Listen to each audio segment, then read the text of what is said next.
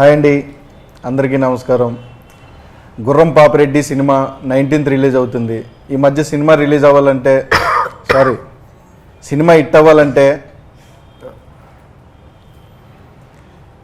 అవ్వాలంటే ట్రెండ్ అవ్వాలంటే మీమ్స్ రావాలి. ఆ మీమ్స్ రావాలంటే మీమ్ గాడ్ బ్లెస్సింగ్స్ ఉండాలి. ఆ బ్లెస్సింగ్ తీసుకోవడం కోసమే ఈరోజు మీమ్ గాడ్ దగ్గరికి వచ్చాం. సార్ బ్లెస్ చేయండి సార్. చెప్పండి సార్, మీరు చాలా కథలు వింటూ ఉంటారు కదా సార్. పర్టికులర్లీ గుర్రం పాపిరెడ్డి సినిమాని ఓకే చేయడానికి రీజన్ ఏంటి సార్? గుర్రం పాపిరెడ్డి సినిమాలో నాకు చాలా ఎక్స్క్లూజివ్ క్యారెక్టర్. అంటే ఈ క్యారెక్టర్స్ అన్నిటితో ఆడుకునే క్యారెక్టరు కొంచెం దాన్ని ఏమంటారు మెయిన్ క్యారెక్టర్ లాంటిది ఆల్మోస్ట్. అది దో హీరో హీరోయిన్ వాడు ఉన్న కామెడీ సెటప్ అంతా ఉన్నా కూడా డైరెక్టర్ నాకు స్టోరీ చెప్పినప్పుడు there is something new, there is novelty in this film అని యాక్సెప్ట్ చేద్దాం అనిపించింది. ఊరికి అలా చెప్తున్నాను కానీ సినిమా కూడా చేస్తాం కదా. నువ్వు సినిమాలో కదా విలన్వి? విలన్ కదా సార్. ఈ సినిమా కదా అసలు జనరల్గా సినిమాలో విలన్ క్యారెక్టర్స్ చేస్తాం. ఇక్కడ ఫ్రీగా ఉండొచ్చు, పెద్ద ప్రాబ్లం అలా ఉండాలి. ఇప్పుడు ఏదో మర్డర్ చేసి వచ్చిన వాళ్ళగా రైట్. ఎందుకంటే జీవన్ నాకు బాగా తెలుసు కాబట్టి తన మీద కొంచెం జోక్ చేస్తుంటాను. You are known as the the king of comedy atla anochu, and you have made so many crores of people laugh over the years. They not just like specific to our language but like everywhere all over the world, right? Ante who is that one person who makes you laugh the most? అదే ఉంటుంది పర్టికులర్గా ఇలా చేస్తే మనం కూడా నవ్వచ్చు అనేది. ఇది there is లాఫ్కు ఉన్నటువంటి పెద్ద advantage as well as disadvantage ఏంటంటే, మనం సినిమా చూస్తున్నాం అనుకోండి, సినిమా చూస్తున్నప్పుడు నవ్వొచ్చినప్పుడు ఆపుకొని ఇంటికి వెళ్ళి నవ్వలేం, ఇక్కడే నవ్వాలి, స్పాంటేనియస్గా నవ్వాలి. That shows the standard of comedy, the potentiality of comedy. అక్కడ చూస్తున్నాగానే భలే నవ్వొచ్చిందిరా అని. అదే మీరు ఫైట్స్ కానీ లేకపోతే రొమాన్స్ కానీ లేకపోతే ఇంకో క్యారెక్టర్ ఆర్టిస్ట్ కానీ అద్భుతంగా చేశాడనుకోండి, లేకపోతే ఈ సాంగ్స్ ఇవి చేశాడనుకో, ఇంటికి వెళ్ళిన తర్వాత సినిమా చూసి డైనింగ్ టేబుల్లో భోజనం చేస్తే భలే చేశాడు కదా సాంగు అని డిస్కస్ చేసుకోవడానికి ఉంటుంది. Comedy has no scope for that. So మనం ఇంత ఎందుకు సోది చెప్తున్నానంటే, మీరు అడిగిన ప్రశ్నకి ఒక చోట నుంచి మిమ్మల్ని నవ్వించగలిగింది ఎప్పుడు ఎక్కడ నవ్వొచ్చినా నవ్వుతాం. నవ్వటం అనేది very common factor for common human being. I believe in that. కానీ when was the last time that you remember అట్లా మీరు ఏడ్పు వచ్చింది మీకు నవ్వుతే? లేదు, అంత దారుణంగా ఎప్పుడు ఎప్పుడైనా పాత టైంలో అన్న ప్రమాణం పూర్తిగా లేదు. నువ్వు మళ్ళీ పాత టైంలో నన్ను గుర్తు తెచ్చుకోమని 40-50 సంవత్సరాల క్రితం కూడా నవ్వలేదా సార్ అని కాదు. కళ్ళనీళ్ళు వచ్చేంత నవ్వు ఏమో ఐ డోంట్ రిమెంబర్. ఒకళ్ళు నవ్వారేమో తెలియదు. మీకు మీమ్ గాడ్ అని కూడా ఇప్పుడు రాజ్ కుమార్ గారు చెప్పారు కాబట్టి, do you see lot of memes? Do you enjoy watching memes? నాకంటే ఎక్కువ ఆడియన్స్ ఎంజాయ్ చేస్తారు కాబట్టి అది మీమ్స్ నా ఫేస్కి సూట్ అవుతున్నాయో లేకపోతే అలవాటైందో లేకపోతే అందులో స్టఫ్ ఉందో లేదో తెలియదు, but they are enjoying. Brahmanandam, the face of Brahmanandam motto is to make them others laugh. That maybe is giving most ఒక ఇన్ని కోట్ల మందిని నవ్వించే ఫేస్ భగవంతుడు నాకు ఇచ్చినందుకు I felt I shall be ever thankful to God. అటువంటిది సరే meme God, meme demo God అట్లాంటిది ఇవన్నీ వాళ్ళు ఇచ్చేవి ఉంటాయి కొన్నాళ్ళు.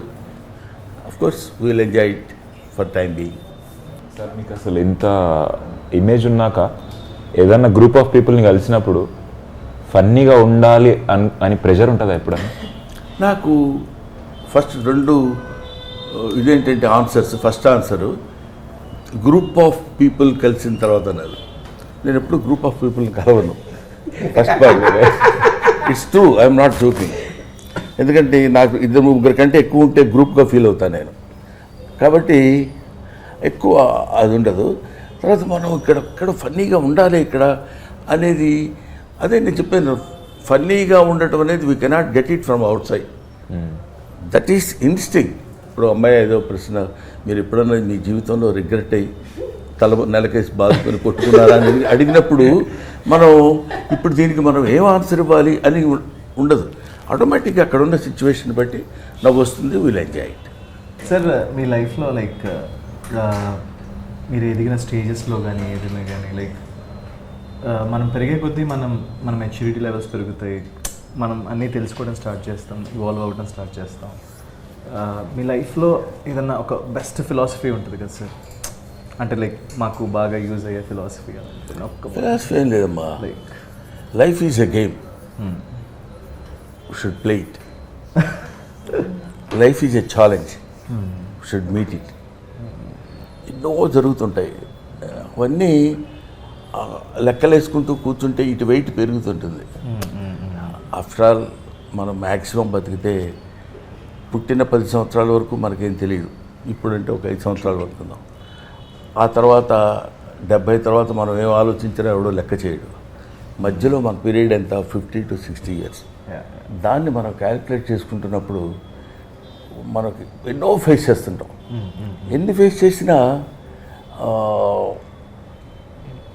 ఫేస్ చేసిన దానిలో ఉన్న పాజిటివిటీని మనం తీసుకోగలిగితే నన్ కెన్ స్టాప్ అస్.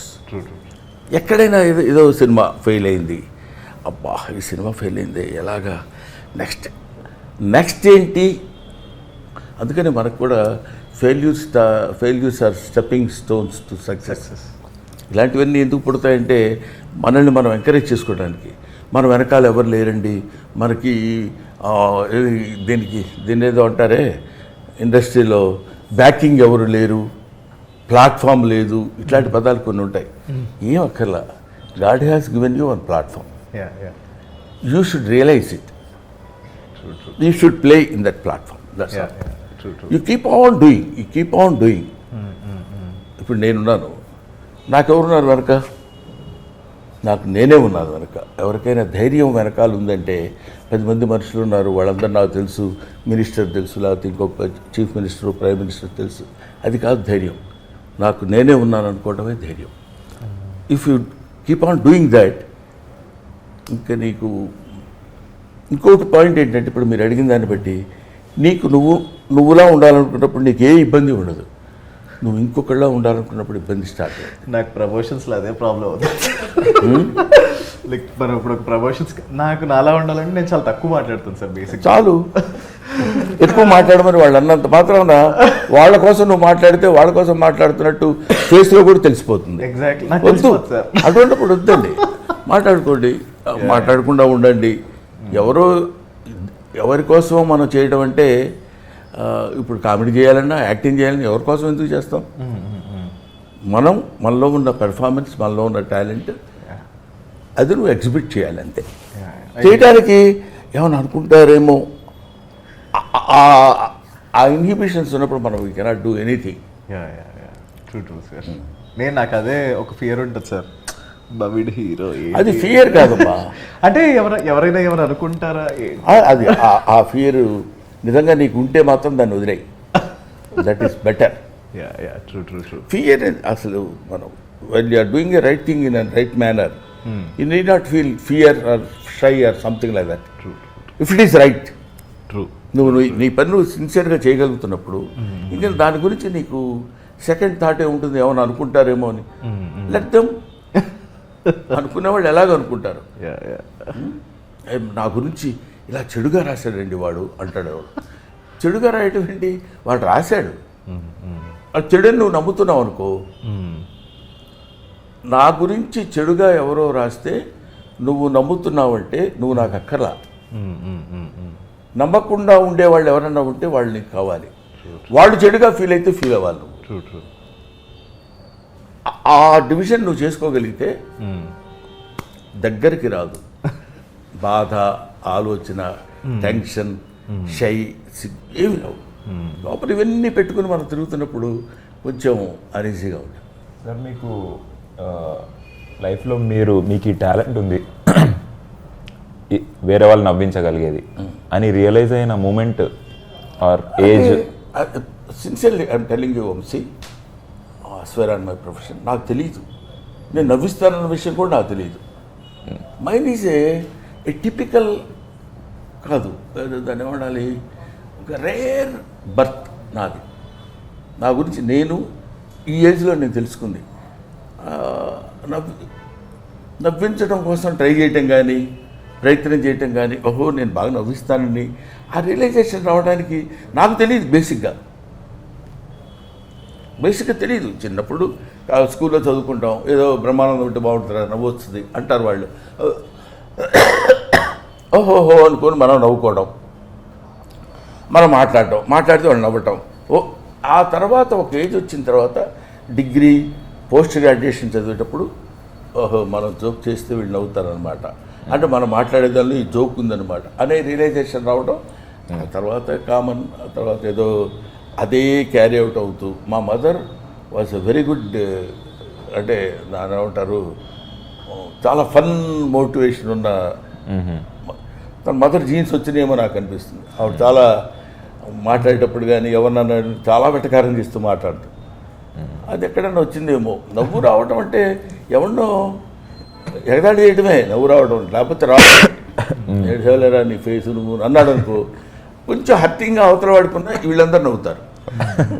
బేసిక్గా నవ్వు ఎంత గొప్పదో అంత ఇబ్బందికరమైన విషయం. మాస్టర్ వస్తారు క్లాస్లో పాఠం చెప్పడానికి. ఆయన వస్తూ కుర్చీలో కూర్చోడానికి, కుర్చీ వెనకాల ఉందని కూర్చోకపోతే గబుక్కున ఎక్కడో కూర్చొని కింద పడ్డాడు అనుకోండి. Students are not suppose to laugh కదా, అందరూ నవ్వుతాం ముందు. ఇమ్మీడియట్ రియాక్షన్ ఏంటంటే నవ్వు, ఇన్స్టెంట్ రియాక్షన్ నవ్వు. అది ఎక్కడి నుంచి వస్తుందంటే ఆయన కింద పడితే మనం నవ్వటం ఏంటి, ఆయనే కాదు ఎవరైనా, ఎవడన్నా బాధపడితే మనం నవ్వటం, ఆనందించటం, ఎంటర్టైన్ అవ్వటం. అదే కదా ఇప్పుడు వస్తున్న మీమ్స్ కానీ, లేకపోతే మన గురించి ఎవడో ఏదో సోషల్ మీడియాలో అలా రాశారండి, ఇలా రాశారండి, రాసుకొనివ్వండి, లెట్ దెమ్.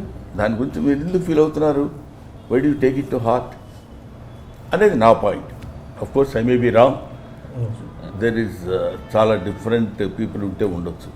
అందుకని నవ్వు మనం ఇదిగో మనం ఇది చెయ్యగలం, మనం ఇది చేయలేము అనేదని కాకుండా ఇట్స్ ఎ న్యాచురల్ ఫ్లో. అది నలుగురు రికగ్నైజ్ చేశారన్న తర్వాత అక్కడి నుంచి మనం జాగ్రత్తగా ఉండాలి. ఓహో మనం నవ్విస్తే నవ్వుతున్నారు కాబట్టి విచ్చలవిడితనం కుదరదు, limits. That's your responsibility to put a full stop or calm up that. ఇన్ని ఫిలిమ్స్ చేశారు కదా సార్, ఎప్పుడైనా మీకు డైరెక్షన్ చేయాలి అలాంటి ఇంట్రెస్ట్ వచ్చిందా సార్? లేదు అసలు. ఓకే, ఎందుకంటే that's a different art. Direction mixed with 24 crafts. Artist is only he will come and do some, వాడికి తెలిసిన యాక్టింగ్ ఏదో ఉంటే అక్కడ చేసి బాగా చేస్తే ఓకే అని, లేకపోతే 4 తిట్లు తిని వెళ్ళిపోవడం వరకు ఓకే. కానీ డైరెక్షన్ అలా కాదు కదా sir. Direction it's got its own ఒక వ్యాస్ట్ సబ్జెక్ట్ అది. అది అనుకుని చేయడం వేరు. మన డైరెక్షన్ ఒక కోడైటర్ మంచి బెడ్రూమ్ పెట్టుకుని యాక్షన్ సౌండ్ కట్ అని చెప్పేయడం యాక్టింగ్ డైరెక్షన్ అనుకుంటే అనుకునేవాడు చేయొచ్చు. మన కథ విన్నప్పుడు ఎలా అనిపించింది సార్ మీకు? పేరు గమ్మత్తుగా ఉంది, గుర్రం పాపిరెడ్డి అని. అంటే కొత్తగా ఉంది, ఇదేదో కొంచెం వినటానికి ఏదో దాన్ని ఏమంటారు, క్యూరియాసిటీ ఉంది ఏంటిది అని. ఆ తర్వాత అతను చెప్పిన స్టోరీలు, చెప్పిన పాయింట్స్ అవి చూస్తుంటే, తర్వాత డైరెక్టర్ ఈ సినిమాకి పర్టికులర్లీ డీల్ చేసిన విధానం నాకు బాగా నచ్చింది. చెప్పినప్పుడు స్టోరీ బాగుంది, డైరెక్టర్ డీల్ చేసిన విధానం కూడా బాగుంటుంది అనే నమ్మకంతో నేను యాక్సెప్ట్ చేశాను. ముందు అసలు ఇయర్కి ఏదో కొత్త శబ్దం వినపడింది అన్న ఫీల్ వచ్చింది. ఓకే, మామూలుగా ఇప్పుడు గేదెల పాపిరెడ్డు ఇంకోటో ఎవరికి ఇష్టం వచ్చింది వాడు చెప్తారండి. ఇప్పుడు నాకు తెలిసినంతవరకు నా ఎక్స్పీరియన్స్లో కొంతమంది ఏం చెప్తారంటే, నా అనుభవంలో చెప్తున్నాను అని మొదలు పెడతాడు, మొహం పెద్ద గంభీరంగా పెట్టి, వీడి అనుభవం ఎవరికి కావాలి, అది ఎదుటివాడిని ఎంటర్టైన్ చేసిందా లేదా, సింపుల్ లాజిక్. అంతే సార్. అది మనకి ఉన్నప్పుడు ఆటోమేటిక్గా మన వాళ్ళు దాన్ని ఏమంటారు, వాడు ఎవరు ఏంటి. చాలామంది ఏమన్నారు తెలుసా, ఎవరండి అన్ని న్యూ ఫేస్లు అంటే పాత ఫేస్లు కావాలా, వాళ్ళైతే చాలా గొప్పగా చేస్తారా, న్యూ ఫేసెస్లో యాక్టింగ్ ఉండదా, ఈ పాత ఫేస్ ఎప్పుడు న్యూ ఫేస్ కాదా. అది సింపుల్ లాజిక్ అండి అది. అదేం పెద్ద మేధావితనం అక్కడ ఆలోచించుకోవడానికి. బ్రహ్మానందం గ్రేట్ కమెడియన్, మేమ్ గాడ్ ఓ అన్నారు. Brahmanandam was a upcoming comedian 40 years back. అంతే కదా, నువ్వు కొన్ని లక్షల మెట్లు ఎక్కాలన్నా మొదటి మెట్టు ఎక్కాలి కదా. ఆ మొదటి మెట్టు ఎక్కువ వాడిని పట్టుకుని అందులో ఏముంది అసలు, ఎంత డెప్త్ ఉందని ఇటు చూస్తాడు. అక్కడ ఏముంటుంది డెప్త్, మనం చెప్పేదాన్ని బట్టి, మనం తీసేదాన్ని బట్టి, మనం ఇచ్చే ఆలోచన బట్టి. ముందు ముఖ్యంగా ఇక్కడ కావాల్సింది ఏంటంటే తన మీద తన నమ్మకం. ఇందాక నేను చెప్పింది ఆ నమ్మకం ఉన్నప్పుడు వెళ్ళిపోవడమే ఎంతవరకు అనేది. అది నాకు గుర్రం పాపిరెడ్డి సినిమాలో డైరెక్టర్ మురళీ మనోహర్ రెడ్డి చేసింది మాత్రం నిజంగా అప్రిషియేట్ చేసే విధంగా ఉంది. కష్టపడ్డాడు. సినిమా స్టార్టింగ్ నుంచి మా అందరికీ పడట్లేదు సార్ ఒకరికొకరు. బేసిక్గా డైరెక్టర్ కథ చెప్పినప్పుడు అయితే కథ అంతా మీరే హీరో అండి అని చెప్పారండి. ఈయనకి చెప్పినప్పుడు అదే చెప్పారంట, ఆయనకి చెప్పినప్పుడు అదే చెప్పారు, అందరికీ అదే చెప్పారు సార్. ఆయన హీరోయిన్ చెప్పుంటారు, హీరోయిన్ అని ఉంటారు. సౌదామిని ఆ హీరోయిన్ సార్. అదే కథ మీ అందరు ఎవరికి చెప్తే వాళ్ళకి హీరో అన్నారండి సార్. మీరు ట్రైలర్ టీజర్ చూసారు కదా సార్, మీకు ఎవరనిపించారు సార్? ఇప్పుడు ఇందులో మనం బేసిక్గా 2 మెట్లు ఎక్కువ ఆలోచించాలి కదా సార్. చెప్పండి. ఏంటంటే హీరో అంటే గొప్పోడని, కమెడియన్ అంటే తక్కువడని, క్యారెక్టర్ ఆర్టిస్ట్ అంటే ఒక మాదిరి అని, విలన్ అంటే 80% అని, ఈ లెక్కలు వేసుకోవడం మనం పెట్టుకున్న పేర్లు తప్ప. Artist is one, artist are so many. గుర్తుపెట్టుకోండి. అది కామెడీ కావచ్చు, ఇంకోటి కావచ్చు. అతనేంటంటే మీ క్యారెక్టర్ మంచిదండి, మీరు చాలా బేసిక్గా చాలా బాగుంటుంది, మీరే మెయిన్ క్యారెక్టర్, మీరే డ్రైవ్ చేస్తారు అని తన ఉద్దేశంలో ఉన్న పాయింట్ మనకు చెప్పవచ్చు. ఇప్పుడు నువ్వు హీరో అయిపోదాం, నేను కూడా హీరో అయిపోదాం అనుకుంటే ఎట్లా? అంతే సార్. ఎలుకే ఏనుగే కదా, సింపుల్ లాజిక్. ఎలుక చూసి నాకు ఈ పర్సనాలిటీ అది ఇస్తే ఉండేవాడిని అనుకోవటం. అందుకని మీరే హీరో అని చెప్పినప్పుడు అది అనుకోవడానికి లేదు. హీరో అంటే that is his job, he is doing that. Heroine that is her job, she is doing that. Comedian మన జాబ్, మనకిచ్చిన వర్క్ మనం చేసిన దానిలో ఎంత పర్సంటేజ్ నువ్వు కరెక్ట్గా how much attention you are paying towards your justification of your character అనే దానిలో మనం నిలబడతాం. విన్నారు కదా, నేనే హీరో. అంతే సార్. ఓహో, అదే చెప్పడానికి ఎంత నుంచి మరి చెప్తే ఇంతసేపు అనేవాడిని కాదు కదా, నువ్వే హీరో, వీళ్ళందరూ అట్లా ఫీల్ అవుతున్నారు కానీ అని. ఇప్పుడు మాకు 5 రోజులు ఉన్నాయి సార్ రిలీజ్కి. మనకి ఈ 5 రోజుల్లో ఇప్పుడు ఎలా అయిపోయిందంటే ఇంకా మార్కెట్ చేస్తూనే ఉండాలి ఏదో ఒక ఐడియాస్. ఇక్కడ బేసిక్గా ఏదో ఐడియాస్, ఏదో మార్కెట్ చేయాలి. ఈ కాంపిటీషన్ ఎక్కువైపోయింది వంశీ, తప్పట్లేదు. ఈ కాంపిటేటివ్ వరల్డ్లో ఒకడిని మించి ఒకడు చేయాలి. ఏదో చేసి ఏదో సంతృప్తి పరిస్తే మనం పెట్టి బేసిక్గా ఏంటి, భార్యామూలమిదం గృహం, కృషిమూలమిదం ఫలం, వేదం మూలమిదం జ్ఞానం, ధనం మూలమిదం జగత్. ఒక్కడికి అర్థం కాలేదు, అర్థం అవ్వాల్సిన పని లేదు. కాకపోతే ఇక్కడ చివరికి చెప్పింది ఏంటంటే డబ్బు. By hook or crook we should earn money. వాడు ఇట్లాంటి మీటింగ్స్ లేకపోతే ఇలాంటివి పెట్టి దీని ద్వారా బ్రహ్మానందం ఏదో కొన్ని సమాధానాలు చెప్పాడు రా, ఏదో గుర్రం పాపిరెడ్డి దానికి ఆడేదో ఇంటర్వ్యూ ఇచ్చాడు, చాలా బాగుందన్నాడు అని ఇది జనంలో కొంతమందికి వెళ్తే, ఈ మీమ్ గాడు వీడి ఫేస్ చూసి కొంతమంది విని అసలు ముందు సినిమా ఎలా ఉంటుంది అనుకునే దానికంటే గుర్రం పాపిరెడ్డి అనే సినిమా ఒకటి రిలీజ్ అవుతుంది అని తెలియపరచడం కోసం తెలిస్తే ఎక్కువ మంది చూస్తారు. సార్ మీరు ఎక్కువగా అడగటమే చూసారా అసలు? సార్ మీరు ఏంటి అసలు చచ్చిపోయిన 11వ రోజు మనం మాట్లాడుతున్న ఫీలింగ్ ఎందుకు? ఇటువంటి మనిషి అసలు ఎప్పుడు అంటే ఏం చెప్పాలి నేను? ఫన్నీగా ఉంటుంది, కామెడీగా ఉంటుంది, ఏం చెప్పాలి? సార్ మీరు ఫన్నీగా ఎక్కువ నవ్వుకునే మూమెంట్స్ ఏముంటాయి సార్? ఇదిగో right. Thank you very much brothers. Thank you sir. చూసా పాప అతను ఎప్పుడు అయిపోద్దా అన్నట్టు ఇందాక నుంచి అదే మూడ్లో ఉన్నాడు తప్ప మనం ఏదో ఒకటి అడిగి ఇంక వీడి ఆపితే బాగుండు అన్న ఫీలింగ్లో ఉన్నారు. ఏం అడుగుతాం సార్, వీళ్ళు అడిగిన రా టాక్స్లో ఆల్రెడీ మీరు ఆన్సర్లు ఇచ్చేసారు. మనం ఏం అడుగుతాం కొత్తగా? ఆయన ఒక్కడే జీనియస్ సార్. అడగకపోవడం genius. No action is acting అని. రైట్ అమ్మా, థ్యాంక్ యూ. Thanks, sir.